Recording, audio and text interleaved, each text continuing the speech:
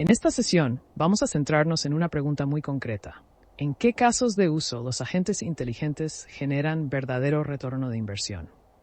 El objetivo es ofrecerles una metodología ejecutiva clara y accionable que les permita decidir dónde sí vale la pena invertir y dónde no. Veremos un scorecard objetivo, un proceso de reducción de candidatos, ejemplos concretos de valor y cómo definir métricas, SLA y controles de riesgo desde el inicio.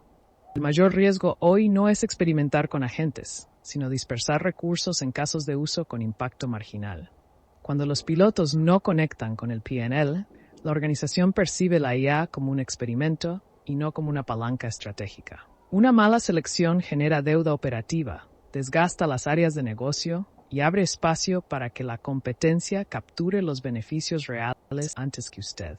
Cuando hablamos de agentes inteligentes, nos referimos a sistemas que no solo responden, sino que perciben, razonan y actúan sobre procesos reales. Un agente efectivo puede orquestar varios pasos, integrar información de distintas fuentes y ejecutar acciones en sus sistemas corporativos. Por eso, la selección de casos de uso debe considerar procesos donde esta combinación de percepción, razonamiento y acción marque una diferencia tangible. Antes de entrar en la metodología detallada, conviene tener claro el marco general de decisión. Cada caso de uso debe responder a 4 preguntas.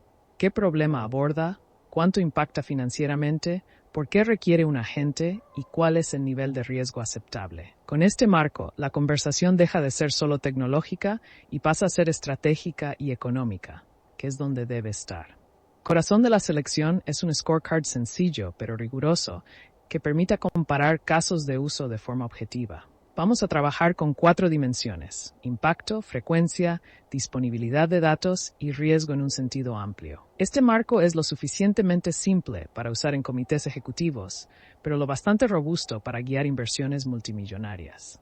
El primer criterio es el impacto, y aquí el enfoque debe ser brutalmente financiero y estratégico. No se trata solo de eficiencia. Hay que cuantificar ahorros, ingresos adicionales, mejoras en NPS y efectos sobre riesgo y compliance. Los casos con alto impacto son los que justifican la inversión en agentes, incluso si otros factores no son perfectos.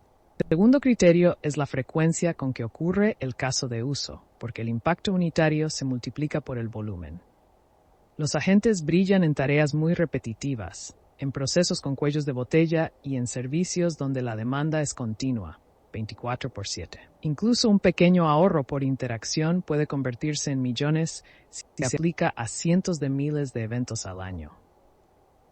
El tercer criterio es la disponibilidad de datos, porque un agente sin datos relevantes es un agente ciego. Es fundamental evaluar no solo si los datos existen, sino si están estructurados, actualizados y expuestos de forma segura a través de APIs u otros mecanismos. También deben considerarse las restricciones de privacidad y soberanía de datos, que pueden convertir un buen caso de negocio en un caso inviable. Otro criterio es el riesgo, que debe evaluarse de manera integral más allá de la pura ciberseguridad. Hay que analizar riesgos operativos, legales, regulatorios y reputacionales, así como la posibilidad de sesgos o decisiones poco explicables. En muchos casos, la respuesta no es descartar el caso de uso, sino redefinir su alcance, los controles y la supervisión humana. En práctica, cada criterio puede puntuarse en una escala simple del 1 al 5, con definiciones claras por nivel. Los pesos de cada dimensión deben alinearse con la estrategia. Algunas organizaciones priorizarán impacto, otras reducción de riesgo. Con umbrales mínimos se filtran casos débiles y al final se distinguen los quick wins de bajo riesgo de las grandes apuestas estratégicas. El proceso de down select comienza con un universo amplio de ideas procedentes de distintas áreas de negocio. Es importante cubrir procesos de cliente, de soporte interno y de operaciones de back office para no sesgar la selección. A partir de ese listado amplio, se hace un triaje rápido, eliminando ideas claramente no viables antes de aplicar el scorecard formal. En el triaje se aplica el scorecard a cada candidato y se obtiene un puntaje ponderado que permite ordenarlos. No basta con el ranking numérico. Hay que contrastarlo con la capacidad real de la organización para ejecutar cada caso.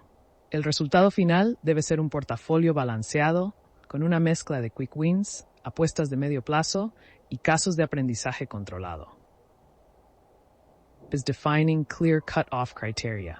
¿Cuántos casos se implementan en la primera ola y bajo qué condiciones? La primera ola debería concentrarse en casos con alta relación impacto-riesgo y con buena disponibilidad de datos. El resto de casos no se descartan, se documentan y se difieren, creando un pipeline de oportunidades para siguientes fases. El primer ejemplo es un agente para atención de primer nivel enfocado en consultas frecuentes y procesos estandarizados. Este tipo de agente permite ofrecer servicio 24/7, reducir significativamente el volumen atendido por humanos y mejorar tiempos de respuesta. El retorno se ve claramente en ahorros de FTE, mejor NPS y en algunos sectores en mayor atención y venta cruzada.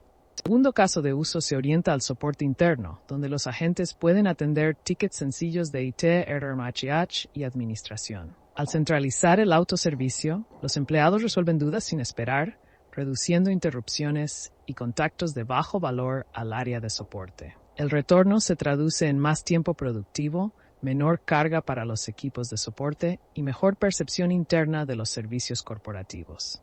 El tercer ejemplo se sitúa en operaciones y cumplimiento, donde la gente actúa como un asistente experto en reglas y políticas. Puede verificar automáticamente criterios, preparar documentación y alertar sobre posibles incumplimientos antes de ejecutar una operación. El valor se ve en menos errores, menor riesgo de sanciones y reducción de reprocesos, con impacto directo en costos y reputación.